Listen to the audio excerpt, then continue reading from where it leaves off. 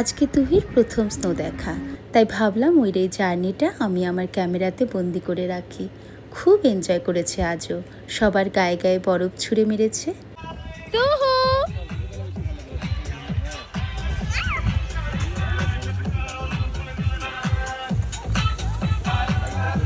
এটা ছিল পেরিসার ভ্যালি, এখানে সবাই স্কি করতে আসে। দেখো কি সুন্দর জায়গাটা। তুহি তো খুবই এনজয় করেছে, সাথে টাপ্পুও কিন্তু খুব এনজয় করেছে। যদিও টাপ্পু এর আগেই বরফ দেখেছে ইন্ডিয়াতে, সিমলাতে, মানালিতে, বাট ওর মনে হয় না কিছু মনে ছিল, খুবই ছোট ছিল তখনও। আজকে এখানে টেম্পারেচার কত ছিল জানো? -2 ডিগ্রিজ। বা খুবই রোদ ছিল বলে আমরা অতটা বুঝতে পারিনি। ঠান্ডা তো ছিলই, বাট তুহি, টাপ্পু সবাই ভীষণ এনজয় করেছে। যতক্ষণ আজকে ওরা এখানে ছিল সবাই সবাইকে বরফ ছুঁড়ে ছুঁড়েই মারলো, এটাই ছিল ওদের আজকে খেলা।